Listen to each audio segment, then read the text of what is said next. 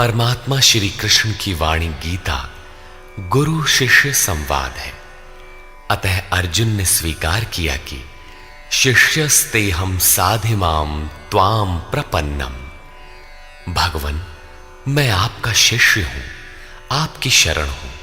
मुझे वो उपदेश दीजिए जिससे मैं परम श्रेय को प्राप्त हो जाऊं। अतः उस परम गुरु के चरणों में गीता आरंभ करने से पूर्व ये स्तुति गुरु वंदना प्रस्तुत की जा रही है। ओम श्री सद्गुरुदेव भगवान की जय।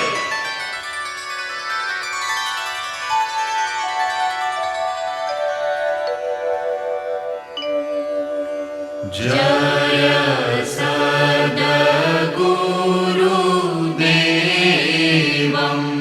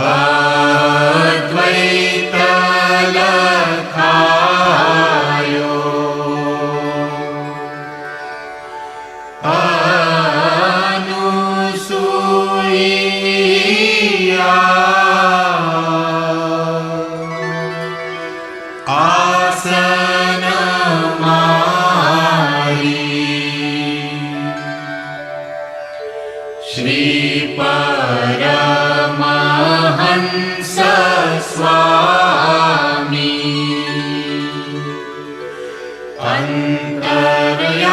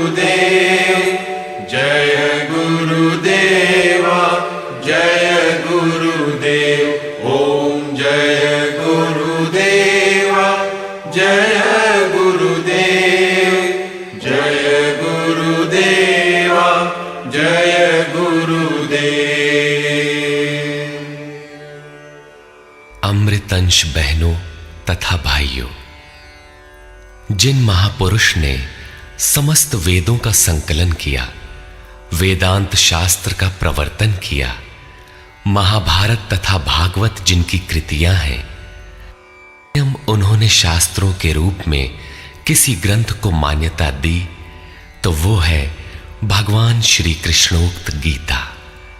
तरह तरह की पूजा पद्धतियां, परस्पर विरोधी संगठन धर्म के नाम पर प्रचलित हैं, जबकि धर्म का लक्ष्य है एक परमात्मा की शोध।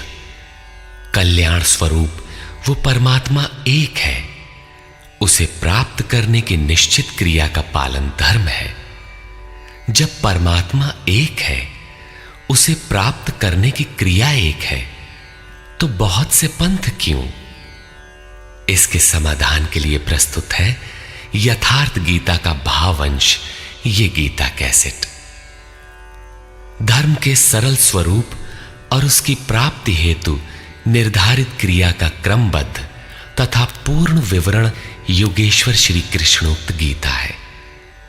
विश्व के प्रत्येक महापुरुष ने जो कुछ भी साधन बताया है वो सब का सब तथा अनेक गोपनीय स्थितियों का स्पष्टीकरण अकेले गीता में है। इसलिए संपूर्ण मानव जाति के कल्याण का अतर्क शास्त्र गीता है। महाभारत में संकेत है कि जब कौरवों और पांडवों की सेनाएं आमने सामने खड़ी हो गईं, तो संपूर्ण निशांतर कौरवों में प्रवेश कर गए और सभी देवता पांडवों में। इस कथन से महर्षि व्यास ने स्पष्ट कर दिया कि गीता के सभी पात्र देवता या असुर हैं तथा प्रतीकात्मक हैं। प्रत्येक मनुष्य के अंतःकरण में दैवी और आसुरी दो प्रकृतियां अनादिकाल से हैं। दैवी शक्तियों के सहयोग से जब मनुष्य अपने आत्म स्वरूप की ओर अग्रसर होता है तो काम, क्रोध, राग, द्वेष इत्यादि आसुरी वृत्तियां बाधा के रूप में आक्रमण करती हैं। उनका पार पाना ही वास्तविक युद्ध है। अर्जुन श्रेय के लिए विकल था। उसकी दृष्टि में श्रेय का उपाय था कुल धर्म, पिंडोदक क्रिया, वर्ण संकर से बचाव, कुल क्षय से बचने के लिए युद्ध न करना इत्यादि। मात्र इतनी सी शंका के समाधान हेतु भगवान को उसे 18 अध्याय गीता समझानी पड़ी। अंत में पूछा कि क्या तेरा मोह नष्ट हुआ? अर्जुन ने स्वीकार किया कि भगवान, मेरा मोह नष्ट हो गया और अब मैं वैसा ही करूंगा जैसा भगवान ने उपदेश दिया है। वस्तुतः ये केवल अर्जुन की शंका नहीं थी, बल्कि मानव मात्र की शंका है कि श्रेय क्या है, उसे कैसे प्राप्त करें। इसलिए स्त्री पुरुष, आबाल वृद्ध, मानव मात्र के लिए गीता के 18 अध्याय का अनुशीलन एवं नियमित पाठ नितांत आवश्यक है, जिससे ब्रह्म विधि की स्मृति सृजित रहे तथा बच्चों में भी इन कल्याणकारी संस्कारों का सृजन हो सके। इस गीता ज्ञान के बिना कोई भी मनुष्य उस ईश्वर के पथ पर नहीं चल सकता। अक्षय सुख, शाश्वत शांति, लोक में समृद्धि तथा मूल शंका समाधान हेतु इन कैसेटों का संकलन किया गया है। इसके नियमित श्रवण से संपूर्ण परिवार तथा स्वजन समुदाय को सुसंस्कृत करें। संसार में कहीं भी मनुष्य हो, उसके लिए गीता सदैव अमृत वाहिनी है। गीता आपका शास्त्र है। गौरव का विषय है कि 5000 वर्ष से भी अधिक अंतराल के बाद श्री कृष्ण का यथार्थ गायन आपके सम्मुख है। जन्म जन्मांतर की रूढ़ियों से ग्रस्त मस्तिष्क को स्वच्छ कर चिंतन के प्रशस्त पथ पर चलने के लिए इन कैसेटों का प्रसारण प्रातः अवश्य करें।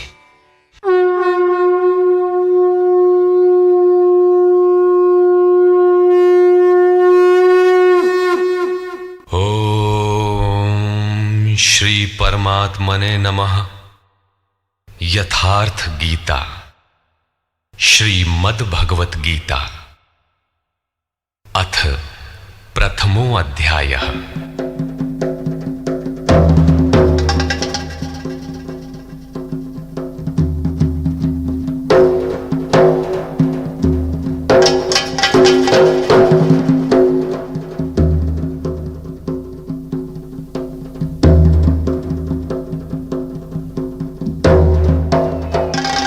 धृतराष्ट्र उवाच।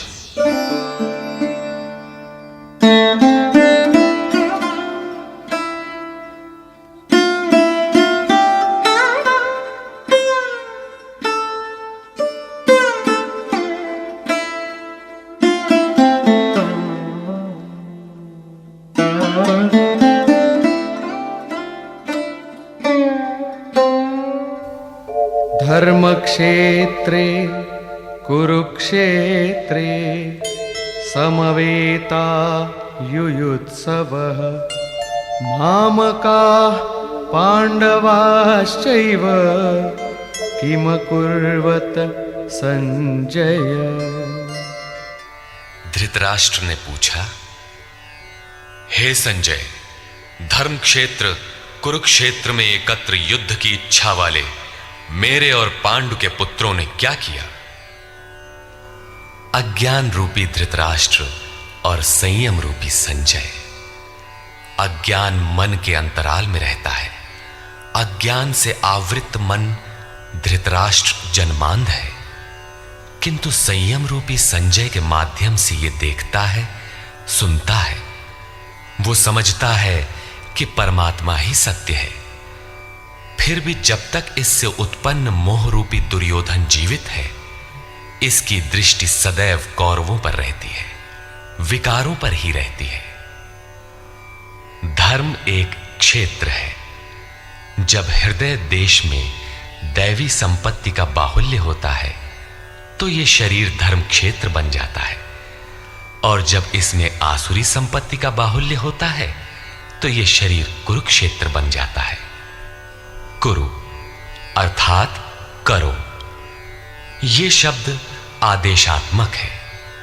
भगवान श्री कृष्ण कहते हैं, प्रकृति से उत्पन्न तीनों गुणों द्वारा परवश होकर मनुष्य कर्म करता है। वो क्षण मात्र भी कर्म किए बिना नहीं रह सकता। गुण उससे करा लेते हैं। तीनों गुण मनुष्य को देवता से कीट पर्यंत शरीरों में ही बांधते हैं। जब तक प्रकृति और प्रकृति से उत्पन्न गुण जीवित हैं, तब तक कुरु लगा रहेगा।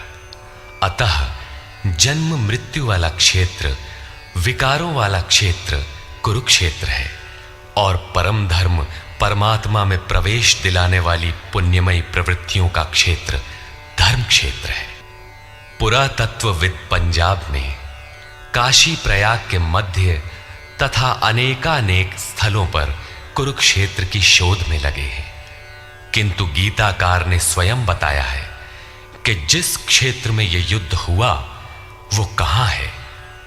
इदम शरीरम कौन्तेय क्षेत्र मित्य भिधीयते।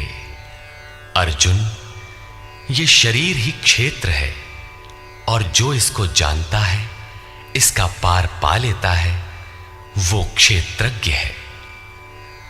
आगे इन्होंने क्षेत्र का विस्तार बताया, जिसमें 10 इंद्रियां, मन, बुद्धि, अहंकार, 5 विकार और 3 गुणों का वर्णन है।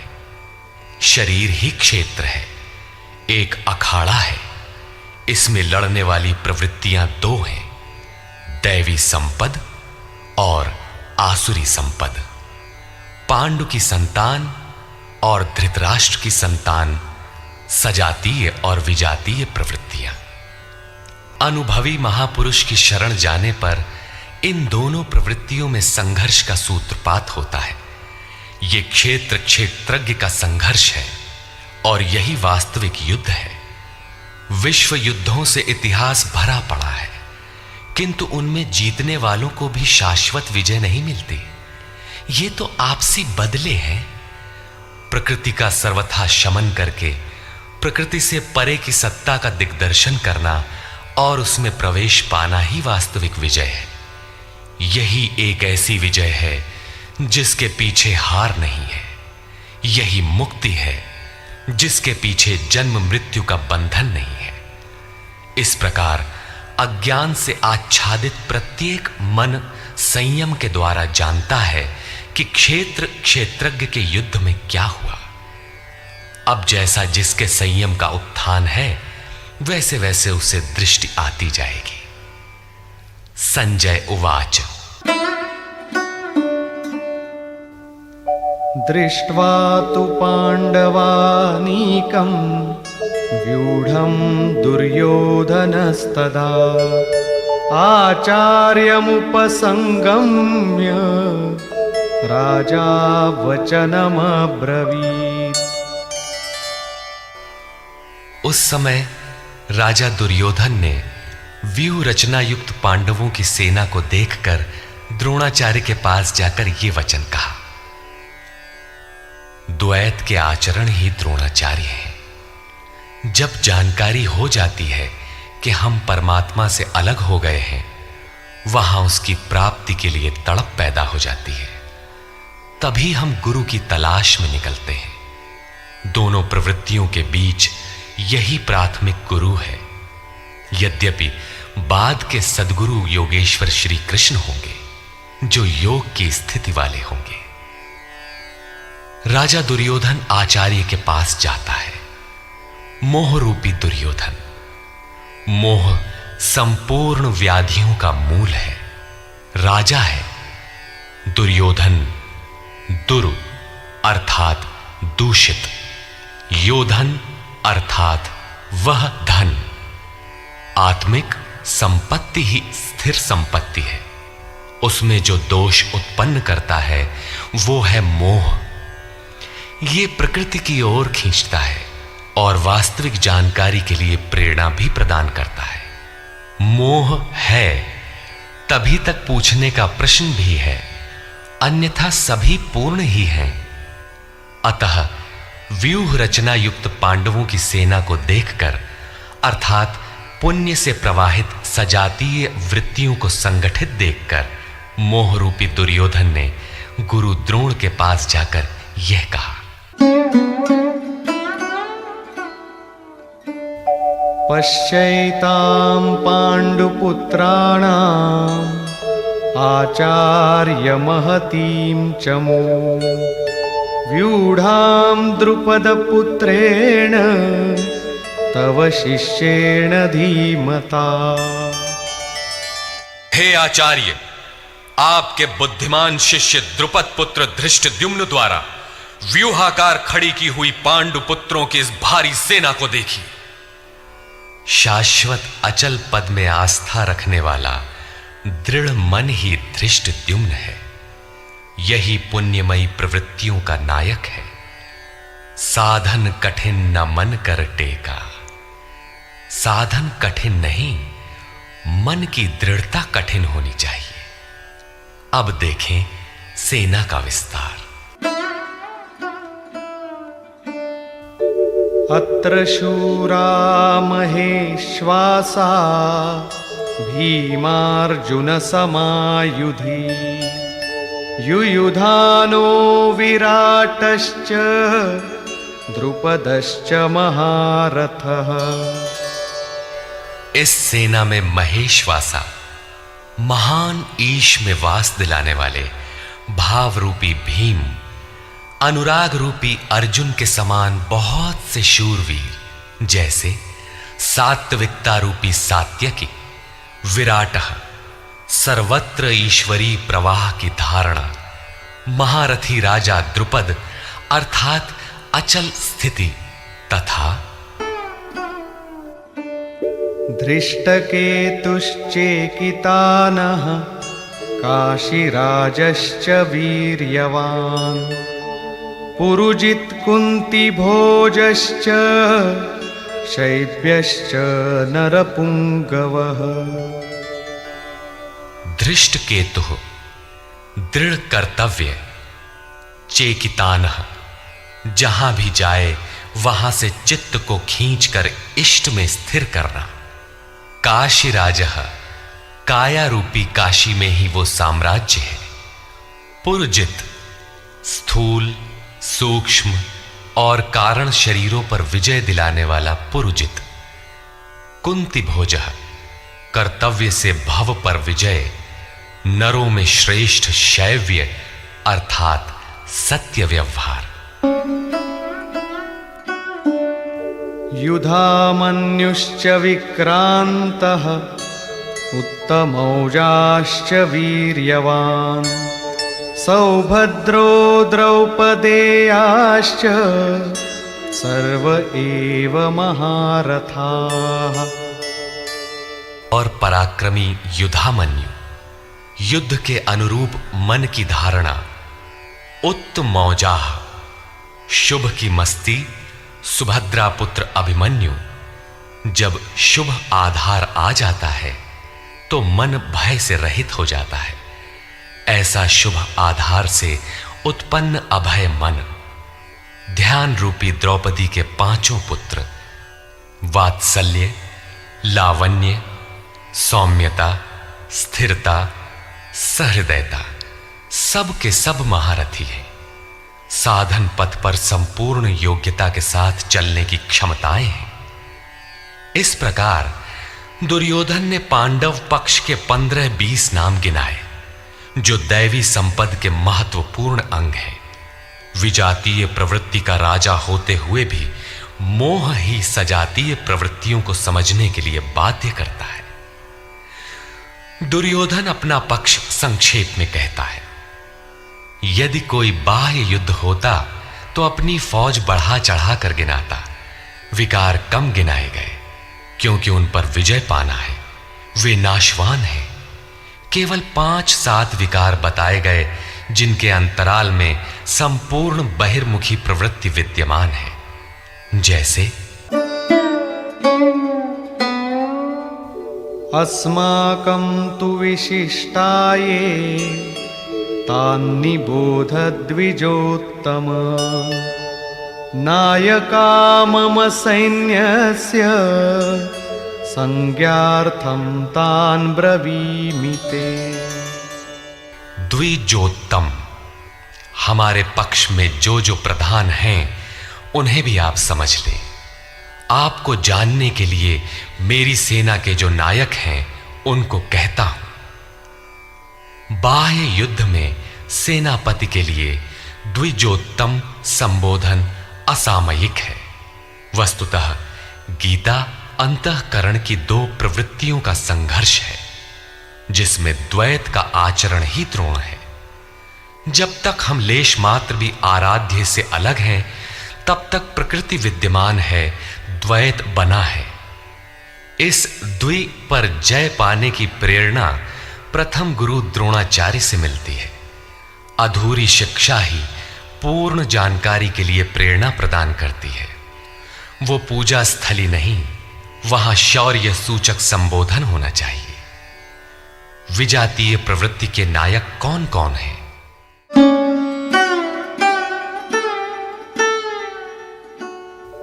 भवान् भीष्मश्च कर्णश्च कृपश्च समितिञ्जयः अश्वत्थामा विकर्णश्च सौमदत्तिस्तथैव च। एक तो स्वयं आप द्वैत के आचरण रूपी द्रोणाचार्य हैं। भ्रम रूपी पितामह भीष्म है। भ्रम इन विकारों का उद्गम है, अंत तक जीवित रहता है, इसलिए पितामह है। समूची सेना मर गई, ये जीवित था। शरशैया पर अचेत था, फिर भी जीवित था। ये है भ्रम रूपी भीष्म। भ्रम अंत तक रहता है। इसी प्रकार विजातीय कर्म रूपी कर्ण तथा संग्राम विजयी कृपाचार्य हैं। साधनावस्था में साधक द्वारा कृपा का आचरण ही कृपाचार्य है। भगवान कृपाधाम है और प्राप्ति के पश्चात संत का भी वही स्वरूप है। किंतु साधन काल में जब तक हम अलग हैं, परमात्मा अलग है। विजातीय प्रवृत्ति जीवित है, मोहमयी घिराव है। ऐसी परिस्थिति में साधक यदि कृपा का आचरण करता है तो वो नष्ट हो जाता है। सीता ने दया की तो कुछ काल लंका में प्रायश्चित करना पड़ा। विश्वामित्र दयार्द्र हुए, पतित होना पड़ा। योग सूत्रकार महर्षि पतंजलि भी यही कहते हैं, ते समाधा वुपसर्गा व्युत्थाने सिद्धयः। व्युत्थान काल में सिद्धियां प्रकट होती हैं, वे वास्तव में सिद्धियां हैं, किंतु कैवल्य प्राप्ति के लिए उतनी ही बड़ी विघ्न है जितने काम, क्रोध, लोभ, मोह इत्यादि। गोस्वामी तुलसीदास का भी यही निर्णय है। माया अनेक विघ्न करती है, रिद्धियां प्रदान करती है, यहां तक कि सिद्ध बना देती है। ऐसी अवस्था वाला साधक बगल से निकल भर जाए, मरणासन रोगी भी जी उठेगा। वो भले ठीक हो जाए, किंतु साधक उसे अपनी देन मान बैठे तो नष्ट हो जाएगा। एक रोगी के स्थान पर हजारों रोगी घेर लेंगे। भजन चिंतन का क्रम अवरुद्ध हो जाएगा और उधर बहकते बहकते प्रकृति का बाहुल्य हो जाएगा।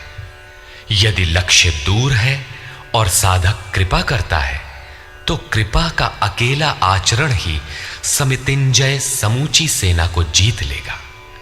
इसलिए साधक को पूर्ति पर्यंत इससे सतर्क रहना चाहिए। दया बिनु संत कसाई, दया करी तो आफत आई। लेकिन अधूरी अवस्था में यह विजातीय प्रवृत्ति का दुर्धर्ष योद्धा है। इसी प्रकार आसक्ति रूपी अश्वत्थामा, विकल्प रूपी विकर्ण और भ्रममयी श्वास ही भूरि श्रवा है। ये सभी बहिर्मुखी प्रवाह के नायक हैं।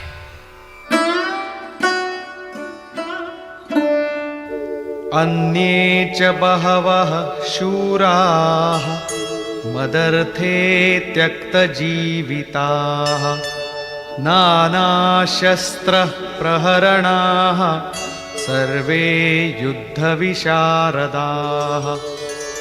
और भी बहुत से शूरवीर अनेक शस्त्रों से युक्त मेरे लिए जीवन की आशा को त्याग कर युद्ध में डटे हैं। सभी मेरे लिए प्राण त्यागने वाले हैं, किंतु उनकी कोई ठोस गणना नहीं है। अब कौन सी सेना किन भावों द्वारा सुरक्षित है, इस पर कहते हैं अपर्याप्तं तदस्माकं बलं भीष्माभिरक्षितं पर्याप्तं त्विदमेतेषां बलं भीमाभिरक्षितम्। भीष्म द्वारा रक्षित हमारी सेना सब प्रकार से अजेय है और भीम द्वारा रक्षित इन लोगों की सेना जीतने में सुगम है। पर्याप्त और अपर्याप्त जैसे श्लिष्ट शब्द का प्रयोग दुर्योधन की आशंका को व्यक्त करता है। अतः देखना है कि भीष्म कौन सी सत्ता है जिस पर कौरव निर्भर करते हैं, तथा भीम कौन सी सत्ता है जिस पर दैवी संपद संपूर्ण पांडव निर्भर है। दुर्योधन अपनी व्यवस्था देता है कि अयनेषु च सर्वेषु यथा भागमवस्थिताः भीष्ममेवाभिरक्षन्तु भवन्तः सर्व एव हि। इसलिए सब मोर्चों पर अपनी अपनी जगह स्थित रहते हुए आप लोग सब के सब भीष्म की ही सब ओर से रक्षा करें। यदि भीष्म हैं तो हम अजेय हैं, इसलिए आप पांडवों से न लड़कर केवल भीष्म की ही रक्षा करें। कैसा योद्धा है भीष्म जो स्वयं अपनी रक्षा नहीं कर पा रहा है, कौरवों को उसकी रक्षा व्यवस्था करनी पड़ रही है। यह कोई बाह्य योद्धा नहीं, ब्रह्म ही भीष्म है। जब तक ब्रह्म जीवित है तब तक विजातीय प्रवृत्तियां कौरव अजेय हैं। अजेय का यह अर्थ नहीं कि जिसे जीता ही ना जा सके, बल्कि अजेय का अर्थ दुर्जय है, जिसे कठिनाई से जीता जा सकता हो। महा अजय संसार रिपु जीत सकई सो वीर। यदि भ्रम समाप्त हो जाए तो अविद्या अस्तित्वहीन हो जाए। मोह इत्यादि जो आंशिक रूप से बचे भी हैं, शीघ्र ही समाप्त हो जाएंगे। भीष्म की इच्छा मृत्यु थी। इच्छा ही भ्रम है। इच्छा का अंत और भ्रम का मिटना एक ही बात है। इसी को संत कबीर ने सरलता से कहा, इच्छा काया इच्छा माया इच्छा जग उपजाया। कह कबीर जे इच्छा विवर्जित ताका पार न पाया। जहां भ्रम नहीं होता वो अपार और अव्यक्त है। इस शरीर के जन्म का कारण इच्छा है। इच्छा ही माया है और इच्छा ही जगत की उत्पत्ति का कारण है। सो कामयत तदैक्षत बहुश्याम प्रजायेय इति। कबीर कहते हैं, जो इच्छाओं से सर्वथा रहित हैं, तिनका पार न पाया। वे अपार, अनंत, असीम तत्व में प्रवेश पा जाते हैं। यो कामो निष्काम, आप्त काम आत्म कामो न तस्य प्राणा उत्क्रामंति ब्रह्म व सन ब्रह्माप्येति। जो कामनाओं से रहित आत्मा में स्थिर आत्म स्वरूप है, उसका कभी पतन नहीं होता। वो ब्रह्म के साथ एक हो जाता है। आरंभ में इच्छाएं अनंत होती हैं और अंततो गत्वा परमात्म प्राप्ति की इच्छा शेष रहती है। जब यह इच्छा भी पूरी हो जाती है, तब इच्छा भी मिट जाती है। यदि उससे भी बड़ी कोई वस्तु होती तो आप उसकी इच्छा अवश्य करते। जब उससे आगे कोई वस्तु है ही नहीं, तो इच्छा किसकी होगी?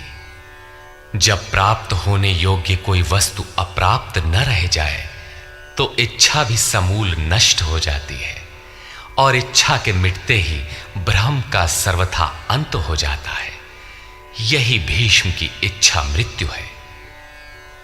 भीम द्वारा रक्षित इन लोगों की सेना जीतने में सुगम है। भाव रूपी भीम, भावे विद्यते देवः। भाव में वो क्षमता है कि अविदित परमात्मा भी विदित हो जाता है। भाववस्य भगवान, सुख निधान करुणा अयन। श्री कृष्ण ने इसे श्रद्धा कहकर संबोधित किया है। भाव में वो क्षमता है कि भगवान को भी वश में कर लेता है। भाव से ही संपूर्ण पुण्यमयी प्रवृत्ति का विकास है। ये पुण्य का संरक्षक है तो इतना बलवान कि परम देव परमात्मा को संभव बनाता है, किंतु साथ ही इतना कोमल भी है कि आज भाव है तो कल अभाव में बदलते देर नहीं लगती। इष्ट में लेश मात्र भी त्रुटि प्रतीत होने पर भाव डगमगा जाता है। पुण्यमयी प्रवृत्ति विचलित हो उठती है, इष्ट से संबंध टूट जाता है। इसलिए भीम द्वारा रक्षित इन लोगों की सेना जीतने में सुगम है। महर्षि पतंजलि का भी यही निर्णय है। स तु दीर्घ काल नैरंतर्य सत्कारा सेवितो दृढ़ भूमि। दीर्घ काल तक निरंतर श्रद्धा भक्ति पूर्वक किया हुआ साधन ही दृढ़ हो पाता है।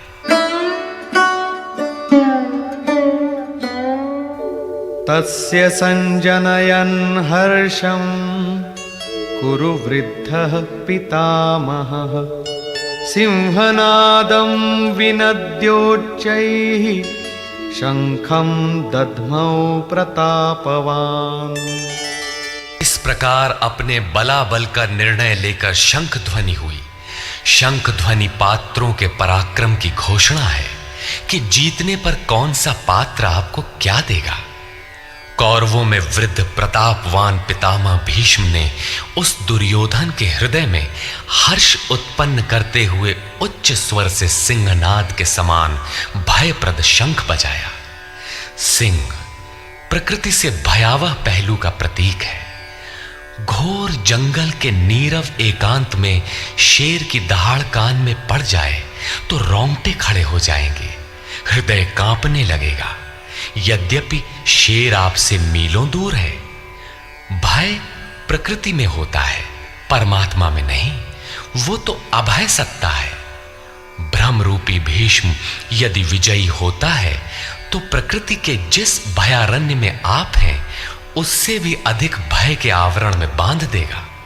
भय की एक परत और बढ़ जाएगी, भय का आवरण घना हो उठेगा। ये भ्रम इसके अतिरिक्त और कुछ नहीं दे सकेगा। अतः प्रकृति से निवृत्ति ही गंतव्य का मार्ग है। संसार में प्रवृत्ति तो भवाटवी है, घोर अंधकार की छाया है। इसके आगे कौरवों की कोई घोषणा नहीं है। कौरवों की ओर से कई बाजे एक साथ बजे, किंतु कुल मिलाकर वे भी भय ही प्रदान करते हैं, इससे अधिक कुछ नहीं। प्रत्येक विकार कुछ न कुछ भय तो देता ही है। इसलिए उन्होंने भी घोषणा की, ततः शङ्खाश्च भैर्यश्च पणवानकगोमुखाः सहसैवाभ्यहन्यन्त सशब्दस्तु मूलोऽभवत्। तदनंतर अनेक शंख, नगारे, ढोल और नरसिंहादि बाजे एक साथ ही बजे। उनका शब्द भी बड़ा भयंकर हुआ। भय का संचार करने के अतिरिक्त कौरवों की कोई घोषणा नहीं है। बहिर्मुखी विजातीय प्रवृत्ति सफल होने पर मोहमय बंधन और घना कर देती है। अब पुण्यमयी प्रवृत्तियों की ओर से घोषणाएं हुई, जिनमें पहली घोषणा योगेश्वर श्री कृष्ण की है।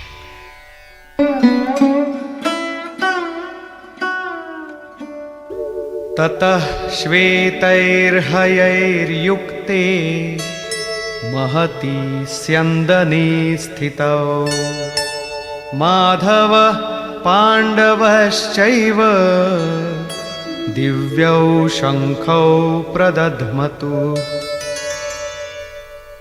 इसके उपरांत श्वेत घोड़ों से युक्त, जिनमें लेश मात्र कालिमा दोष नहीं है, श्वेत सात्विक निर्मलता का प्रतीक है।